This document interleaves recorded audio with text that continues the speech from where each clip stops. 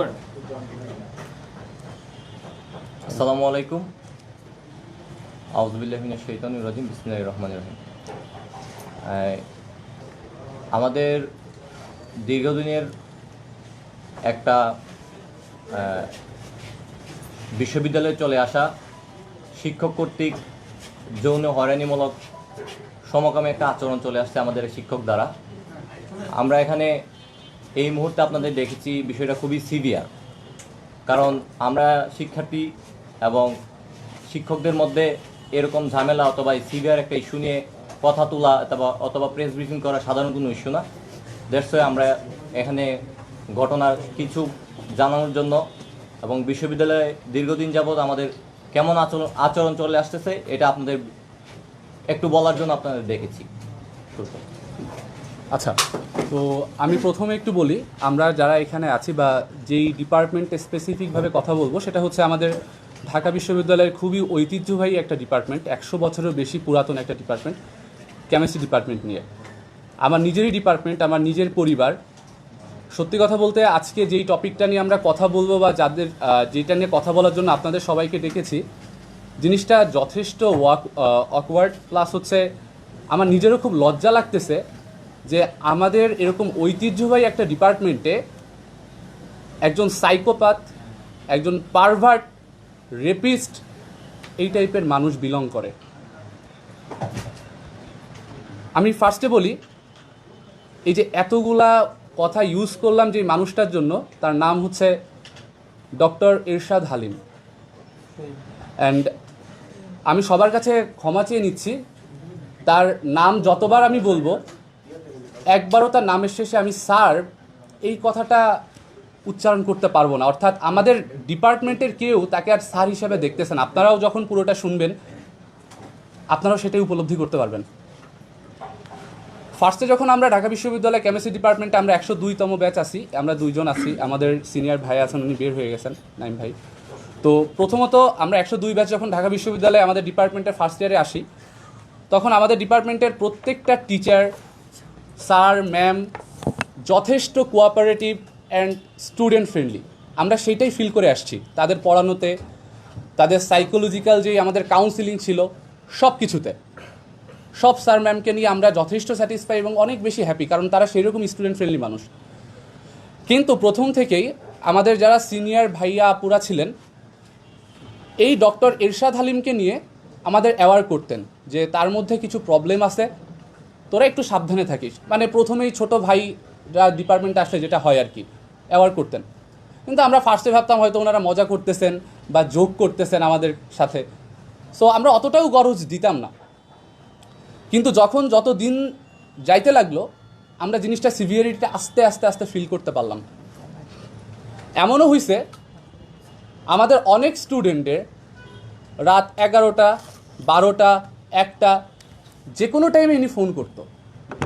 এখন আপনারা যারা আছেন একটু চিন্তা করে দেখেন, ঢাকা ভার্সিটির একজন প্রফেসর, সে রাত 12টা 1টার দিকে একটা স্টুডেন্টকে কল করতেছে, এবং সে কল করে তার একাডেমিক রিলেটেড কোনো কথা বলতেছে না, সে কল করে বলতেছে তুমি কি করতেছো, কি দিয়ে খাইছো, ব্লা ব্লা ব্লা। মানে ইললজিক্যাল অ্যান্ড আনঅফিসিয়াল কথাবার্তা, যেগুলোর আসলে কোনো ভ্যালিডিটিই নাই। তারপরে সেকেন্ড ইয়ার যখন আমরা তার কোর্স পাইলাম, কোর্স পাওয়ার পরে ক্লাস নেওয়া যখন শুরু করলো, তো আমরা তখন বুঝতে পারলাম যে বেসিক্যালি হচ্ছে তার টার্গেট ছিল হচ্ছে এই টাইপের স্টুডেন্ট যাদের কোনো না কোনো উইক পয়েন্ট আছে। উইক পয়েন্টগুলো কেমন? হয়তো বা তার একাডেমিক ডাউনফল আছে, কিংবা তার ফাইন্যান্সিয়াল ক্রাইসিস চলতেছে, কিংবা সে মেন্টাল ডিপ্রেশনে আছে বা তার মেন্টাল হেলথের কোনো প্রবলেম চলতেছে। কোনো না কোনো উইক পয়েন্ট তিনি হচ্ছে সেটাকে আইডেন্টিফাই করতেন। আইডেন্টিফাই করে তিনি স্টুডেন্টকে বলতেন যে আমি তো তোমার এই প্রবলেমগুলো জানি, সামথিং, তুমি আমার রুমে আসো। ফার্স্টে ডিপার্টমেন্টের রুমে ডাকতেন, ডাকার পরে তিনি স্টুডেন্টকে অফার করতেন যে তুমি আমার বাসায় আসো, তোমার এই ব্যাপারটা নিয়ে আমি কথা বলবো। তো রিসেন্টলি যেটা হয়েছে, আমি আরও কিছু কথা বলবো, আমি রিসেন্ট ঘটনাটা বলতেছি। রিসেন্টলি যেটা হয়েছে, আমাদের দুইটা ব্যাচমেট, আমি যে বললাম যে ওনার টার্গেটই ছিল উইক পয়েন্ট, সো এই উইক পয়েন্টের বেসিসে আমরা ওনাকে কিন্তু প্রথম থেকেই জানতাম যে অন্যান্য টিচাররাও যেমন স্টুডেন্ট ফ্রেন্ডলি, উনিও হয়তো এরকমই হবেন। আমাদের আরও কোর্স টিচার, তো আরও একটা ব্যাপার হচ্ছে উনি আমাদের আগে হচ্ছে স্টুডেন্ট অ্যাডভাইজার ছিলেন। তো সেই প্রেক্ষিতে আমাদের এই দুইটা ব্যাচমেট ওনার কাছে হেল্পের ব্যাপারে কথা বলতে থাকে। তখন বলে কোনো সমস্যা নেই, আর যত যা করতে হয় কোঅর্ডিনেট করতে হয় আমি করব, যা হেল্প লাগে আমি করতে আসি। তখন তিনি আর কি ডিপার্টমেন্টের রুমে, যেটা ওনার কার্যকলাপ, ডিপার্টমেন্টের রুমে ডাকেন একজন করে, দুইজনকে কিন্তু একসাথে না। তো আমি এখন বলতেছি ভিকটিম 1-এর কথা, এবং আপনাদের কাছে আমি অনুরোধ করব, এই যে ভিকটিম যারা আছে আপনারা দয়া করে কোনো ভিকটিমের নাম, ছবি বা তাদের যে কোনো পরিচয় কাইন্ডলি পাবলিক করবেন না। এটা ভিকটিমদের দাবি। অলরেডি একজন ভিকটিম মেন্টালি যথেষ্ট ট্রমাটাইজড, আজকে কথা বলতে গিয়ে সে কেঁদে দেওয়ার মতো অবস্থা হয়েছে, কেঁদেও দিয়েছে, সে ক্লাসেও ঠিকমতো কন্টিনিউ করতেছে না। অ্যান্ড যদি এইগুলো পাবলিকলি আসে তাহলে আপনারা তো জানেন যে সাইবার বুলিংটা কতটা এক্সট্রিম হইতে পারে। সো আপনাদের কাছে রিকোয়েস্ট অ্যান্ড ভিকটিমদের দাবি তাদের নাম বা যে কোনো আইডেন্টিফিকেশন যেন সামনে না আসে। তো আমি বলতেছি ভিকটিম 1 যার সাথে এক্সট্রিম লেভেলের ঘটনাটা ঘটছে, তো এই ভিকটিম 1 যখন তার বাসায় যায়, যার পর থেকে তিনি তাকে আশ্বাস দেওয়া শুরু করেন যে তার সব কিছু তিনি সলভ করবেন। এরপরে তার আসলে আর আসল রূপটা তিনি ঢেকে রাখতে পারেননি। আমি পুরো সব কিছু আপনাদের সামনে বলতে পারবো না, কারণ সেখানে অনেক বেশি ব্যাড ল্যাঙ্গুয়েজ আছে। আমি জাস্ট সামারি করে বলতেছি। দেওয়ার পরে প্রথমে হচ্ছে ওই টিচার বলে যে তুমি আমার শার্টের বোতাম খোলা শুরু করো, এবং উনি আগে থেকেই জানতেন ওই ভিকটিমের কী কী উইক পয়েন্ট আছে, ওর বাবা কি করে, অ্যান্ড ওই ভিকটিমের ওর বাবা ফিনান্সিয়ালি যথেষ্ট খারাপ অবস্থা এবং সে অসুস্থ। এবং ব্যাপারটা এরকম, যদি সে হচ্ছে এই জিনিসগুলো কখনো বাড়িতে ইনফর্ম করে তাহলে তার বাবা মা মারাও যেতে পারে, এরকম একটা অবস্থা, এতটাই অসুস্থ তার বাবা মা। তো তখন সেই টিচার বলে যে আমি জামা খুলছি, শার্ট খুলে দাও। দেওয়ার পরে তারপর তিনি বিছনায় শুয়ে পড়েন এবং তারও জোরপূর্বক শার্টটা খুলতে বলে। খুলছে। তারপরে এই একটা প্রমাণ, এটা একটা ভিডিওর স্ক্রিনশট। আমরা পুরো ভিডিওটা আনি নাই, কারণ ভিডিওটা দেখলে হয়তো আপনারা ভিকটিমকে আইডেন্টিফাই করা যাবে। জাস্ট একটা স্ক্রিনশট দিচ্ছি, এটা একটা স্ক্রিনশট, আপনারা নিশ্চয়ই দেখতে পাচ্ছেন। তো তারপরে আস্তে আস্তে আস্তে আস্তে সেটা সিভিয়ার হইতে থাকে, তাকে আনড্রেস হইতে বলে এবং তাকে ফিজিক্যাল অ্যান্ড সেক্সুয়াল অ্যাবিউজ শুরু করে। এর পরবর্তীতে এবং তাকে বারবার আশ্বস্ত করতে থাকে তোমার ওই ব্যাপারটা আমি সলভ করবো, এবং বলে যদি তুমি এটা কখনো পাবলিক করো তাহলে তোমার একাডেমিকের ডাউনফল আমি করে দিব, কিভাবে করবো তুমি দেখে নিও। এই টাইপের মানে ব্ল্যাকমেলিং করা শুরু করে। পরের দিন সে চলে আসে, আসার পরে ওই দিনই চলে আসে। আসার পরে উনি কন্টিনিউয়াসলি ওই ছেলেটাকে ফোন দিতে থাকে। তো স্বাভাবিকভাবেই এই অবস্থার পরে কেউ তো আর ওনার রুমে যাইতে চাইবে না, সে যত অবস্থায় যাই হোক। তারপরে ওই ছেলে ওই স্যারের নাম্বার ব্লক করে দেয়। তারপর উনি অন্য আর একটা নাম্বার থেকে কল দিতে থাকে। তারপরে হোয়াটসঅ্যাপে করে কি ওর বাবার নাম্বারটা দেয়। আমরা জানি না উনি কীভাবে ওর ছেলেটার বাবার নাম্বার কালেক্ট করছে। বাবার নাম্বার দেয়, দিয়ে বলে আমি যদি তোমার বাবাকে এই সব ঘটনা খুলে বলি, তোমার একাডেমিকের এই সব কিছু, উনি কিন্তু আর বাঁচবে না। এবং ওই ছেলেটা প্রায় 7 থেকে 8টা টিউশন করায়। মানে আপনারা বুঝতে পারতেছেন, 7 থেকে 8টা টিউশন, মোহাম্মদপুর, মহাখালী এবং সব কিছুতে যাতায়াত করে সাইকেলে। কি লেভেলের প্রেশারটা যায় তার কাছে। এবং যারা জানে যে কেমিস্ট্রি ডিপার্টমেন্টের যারা স্টুডেন্ট, তারা জানে একটা স্টুডেন্টের পরে কী লেভেলের প্রেশার যাইতে পারে, একাডেমিক প্রেশার। তারপরেও সেই কাজগুলো করে বিকজ তার ফ্যামিলিকে তার চালানোর জন্য। 20,000 টাকাতে সে তার বাবাকে মাসে মান্থলি পাঠায় চিকিৎসার জন্য। তো তারপরে ওই ছেলেটা যখন এরকম ব্ল্যাকমেলিং শুরু করে, তারপর আবার সে রুমে যাইতে বাধ্য হয়। যাওয়ার পরে তাকে টর্চার করে, মারধর করে। রিজন সে যাইতে চায় নাই কেন প্রথমে, বা তাকে অ্যাভয়েড কেন করছে, ফোন ধরে নাই কেন। সো এই টর্চার শুরু করতে করতে সেকেন্ড দিন এই সিভিয়ারিটিটা আরও অনেক এক্সট্রিম লেভেলে চলে যায়। এক্সট্রিম লেভেলে চলে যায় মানে আগের দিনেরটাও সেটা ছাড়াই যায়। তার গোপনাঙ্গ, তার যৌনাঙ্গ, টাচ কথাটা আসলে বলা ঠিক না, বারবার প্রেশার ক্রিয়েট করে ওই সব জায়গাতে। এবং একটা টাইমে ওই ভিকটিম 5-6 মিনিটের মতো জাস্ট ব্ল্যাক আউটের মতো হয়ে যায়। মানে এতটাই পেইন খাইছে সে আসলে বুঝতেছে না, মানে তার কোনো সেন্স নাই। বাট ওই টিচার বলবো না, ডক্টর ইরশাদ হালিম, তিনি বলেন যে তুমি তো নাটক করতেছো বলে আবার সেম কাজ রিপিট করে, এবং সারা রাত এই কাজ চলে। উনি ওই দিন ওকে আর বাসা থেকে বেরোতে দেয় নাই, বাসা থেকে বেরোতে দেয় নাই।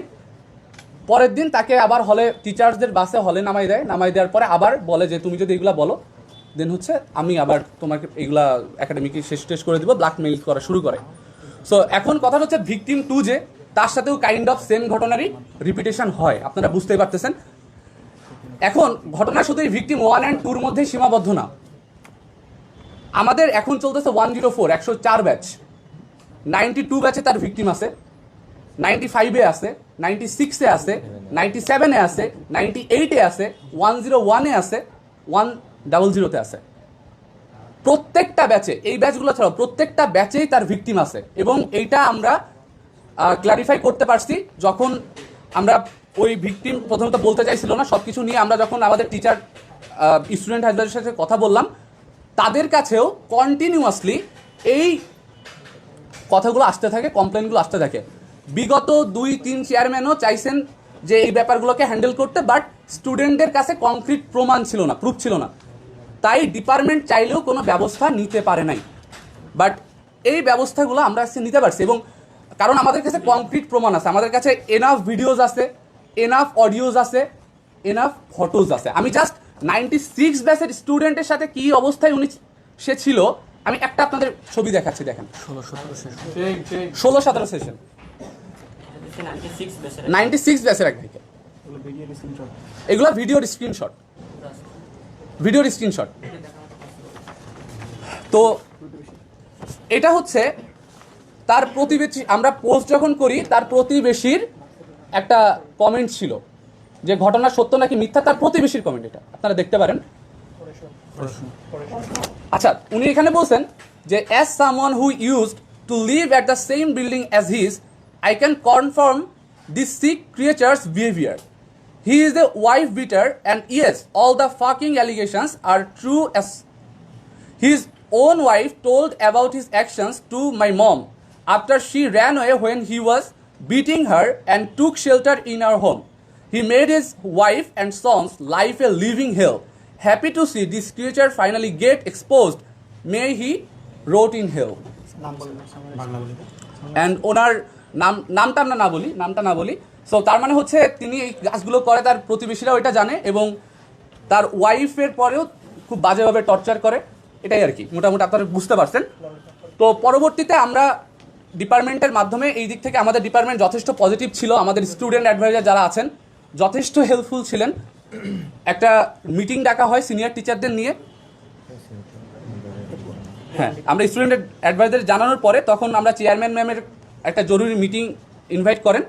তারপর সেই মিটিংয়ে আমাদের কাছে যে এভিডেন্সগুলো ছিল, আমরা সেই এভিডেন্সগুলো সেইখানে হচ্ছে আমরা দিই, স্লাইড পুরো একটা প্রেজেন্টেশনের মধ্যে দিয়ে ভয়েস যতগুলো ছিল সব কিছু দিই। টোটালি ওই ভিকটিম 1-এর সাথে যা হয়েছে সব ভয়েসগুলো সেখানে টোটাল সব কিছু ওইখানে আছে। তো ওই ভয়েসগুলো আমরা যখন ওইখানে দেখাই, প্রমাণগুলো দিই, তখন টিচাররা এইটা সত্যতা খুঁজে পান এবং আর্জেন্ট আজকে সকালে এসি মিটিং কল করে, একাডেমিক কমিটির মিটিং, অ্যান্ড ওই এসি মিটিংয়ের মাধ্যমে তারা হচ্ছে তাকে যাবতীয় যে একাডেমিক কার্যক্রম ছিল ওই কার্যক্রমে তাকে অপরাধী হিসেবে বিবেচনা করে, তাকে অপরাধী হিসেবে স্বীকৃতি দিয়ে যাবতীয় যত একাডেমিক কার্যক্রম ছিল সেইখান থেকে তাকে হচ্ছে অব্যাহতি দেওয়া হয়। পরবর্তীতে ওই এসি মিটিং থেকে সুপারিশ করে পাঠানো হয় হচ্ছে ভিসি স্যারের কাছে।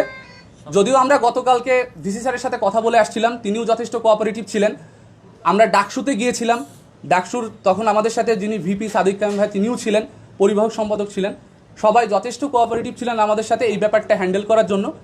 সো ওইখানে যাওয়ার পরে একটা কপি হচ্ছে চলে যায় আমাদের যে ঢাকা বিশ্ববিদ্যালয়ের যৌন নির্যাতন সেল আছে ওইখানে একটা যায়, আর হচ্ছে ভিসি বরাবর একটা আসে, আর আরেকটা হচ্ছে ডিপার্টমেন্ট আজকে এসি মিটিং কল করে যেটা পারছিল লাস্ট ওইটাতে, এটা হচ্ছে তার কপি যে তাকে একাডেমিক সমস্ত কার্যক্রম থেকে অব্যাহতি দেওয়া হয়েছে। অ্যান্ড বিশ্ববিদ্যালয় প্রশাসন থেকে যতটুকু তার এখতিয়ারে আছে, সর্বোচ্চ শাস্তি যেটা হচ্ছে তাকে স্থায়ীভাবে বরখাস্ত করার, সেইটার ব্যবস্থা তারা নিচ্ছে। আমরা যেহেতু একাডেমিক মিটিংয়ে তার সত্যতা প্রমাণ পেয়েই গেছে, ভিসি বরাবর চলে আসছে, বাট আলটিমেটলি হচ্ছে আমরা এই জিনিসটাতে স্যাটিসফাই হয় নাই। রিজন কি? কারণ এই টাইপের সাইকোপ্যাথ বা পারভার্টকে যদি আমরা ছেড়ে দিই তাহলে সেই কাজগুলো কন্টিনিউয়াসলি করতে থাকবে। তো বাংলাদেশের যে সাংবিধানিক এবং রাষ্ট্রীয় সর্বোচ্চ যে শাস্তি আছে, আইন আছে, সেটা আনার জন্য আমরা এটা হচ্ছে থানাতে যাই, শাহবাগ থানাতে যাই, সন্ধ্যা 7টা থেকে থানাতে আমরা অবস্থান করি। এবং তারপরে যেহেতু এই ঘটনাগুলো ঘটছে হচ্ছে শেওড়াপাড়াতে তার বাসায়, তো এটা মিরপুর মডেল থানার অধীনে, ওইখান থেকে ওসি স্যারের সাথে কথা হয়, যারা ছিলেন দায়িত্বপ্রাপ্ত, সেটা মিরপুর মডেল থানাতে চলে গেছে। ওইখানে মামলার কাজ এখনও প্রক্রিয়াধীন আছে। সো বেসিক্যালি এখানে বাদী একজন হলেও, লিখিতভাবে বাদী একজন হলেও, অলিখিতভাবে বাদী হোল কেমিস্ট্রি ডিপার্টমেন্ট, একটা ব্যাচ না বা একজন না, পুরো কেমিস্ট্রি ডিপার্টমেন্ট। এবং আপনারা শুনলে আশ্চর্য হবেন, ওনার ভিকটিম, ওই লোকের ভিকটিম শুধুমাত্র কেমিস্ট্রি ডিপার্টমেন্ট না, নন ডিপার্টমেন্টও আছে, নন ডিপার্টমেন্ট আছে। আপনারা একটা উদাহরণ দিচ্ছি, অ্যাকাউন্টিং এর একটা উদাহরণ দিচ্ছি। অ্যাকাউন্টিং এর এটা না, অ্যাকাউন্টিং এটা ওখানে আছে, যে খাইছিল, এই যে হ্যাঁ, নামটা হাইড করে দিয়েছে। দেখেন, তাকে খাবারের সাথে টিউশনের জন্য তাকে বাসায় ডাকছে। সে ছেলেটা খুবই গরিব, এখানে স্বীকার করছে, এইটাতে আছে। টিউশনের জন্য তাকে বাসায় নিয়েছে, তার পভার্টির সুযোগ নিয়ে বাসায় নিয়ে তার খাবারের সাথে জানি কি একটা মিশে তাকে বাজে কাজগুলো করতে বাধ্য করছে। দেন এইখানে একটা দেখবেন, আরেকটা ছেলের কমেন্ট, পাবলিক কমেন্ট, নন ডিপার্টমেন্টালি, সে ছেলেদের রাত্রে ফোন দিয়ে জিজ্ঞেস করতো সেই ছেলে হোমোসেক্সুয়াল কিনা, এই একটা আছে। আচ্ছা, সো আরও আমরা হচ্ছে যখন কথা বলছি, আরও আমরা প্রায় 10 থেকে 12 জন আমাদের ডিপার্টমেন্টের সিনিয়রকে আমরা পেয়েছি, যারা আমাদের সামনে মুখ খুলতে চাইছেন। আমরা সেই নামগুলোও আমরা দিয়ে দিয়েছি, সাথে সাথেই সেক্সুয়াল যে হ্যারাসমেন্টটা সেল আছে ওইখানে আমরা পাঠিয়ে দিছি। সো মোটামুটি এটা হচ্ছে আমাদের আইনি কার্যক্রমগুলো ছিল বা আমরা যা যা করছি। এখন এই দিক থেকে আমাদের কিছু দাবি আছে, দাবিগুলো বল। আচ্ছা, তো বিশ্ববিদ্যালয়ের সংবিধান এবং রাষ্ট্রীয় সংবিধান দুইটা আলাদা, যার কারণে বিশ্ববিদ্যালয়ে আমাদের যে দাবিগুলো আছে তাদের মধ্যে ওনারা সর্বোচ্চ চেষ্টা করবেন আমরা যদি পজিটিভ হই এবং যেসব বলছি এগুলো সত্যতা যাচাই করে তারা পান, তাহলে বিশ্ববিদ্যালয় থেকে ওনাকে স্থায়ীভাবে বহিষ্কার করা হবে। এরপর যেটা থাকে তা হলো ফৌজদারি আইন কিংবা ভিকটিম নিজে মামলা দায়ের করা, যেটা বললাম যে আমরা লিখিতভাবে একজন মামলা করলে আমরা অলিখিতভাবে সবাই তার সাক্ষী এবং তার বাদী। তো সেই হিসাবে আমরা আইনি প্রক্রিয়া আগাতে চাই এবং রাষ্ট্রীয় সংবিধান অনুসারে এরকম অপরাধীকে আমরা সর্বোচ্চ শাস্তির আওতায় এনে একটা দৃষ্টান্ত স্থাপন করতে চাই। এতটুকু আমাদের বলা ছিল। আচ্ছা, আরেকটা ব্যাপার আমি একটু অ্যাড করি, সেটা হচ্ছে আমরা আপনাদের জাস্ট কিছু স্যাম্পল দেখাইছি, এর থেকেও কংক্রিট অ্যান্ড এক্সট্রিম লেভেলের প্রুফস আমাদের কাছে আছে, যেইগুলো আমরা অলরেডি আমাদের একাডেমিক কমিটিকে দেখাইছি, সেক্সুয়াল হ্যারাসমেন্ট সেলে ওইটাও আমরা ড্রাইভ করে পাঠাই দিছি, অ্যান্ড আমরা থানাকে ওটা প্রোভাইড করছি। এগুলো আমরা এখানে আপাতত দেখাতে চাচ্ছি না, এখানে থানাতে আমরা মোটামুটি কনফিডেন্সিয়াল আমরা এগুলো পাঠাই দিচ্ছি। সো আমাদের সাথে এখন আমাদের ফজলুল হক মুসলিম হলের যিনি ভিপি এবং আমাদের ডিপার্টমেন্টের বড় ভাই নাইম ভাই আছেন, আবু নাইম ভাই এই ব্যাপারে কিছু বলবেন আর কি। ভাই আপনি আসেন, ঠিক আছে।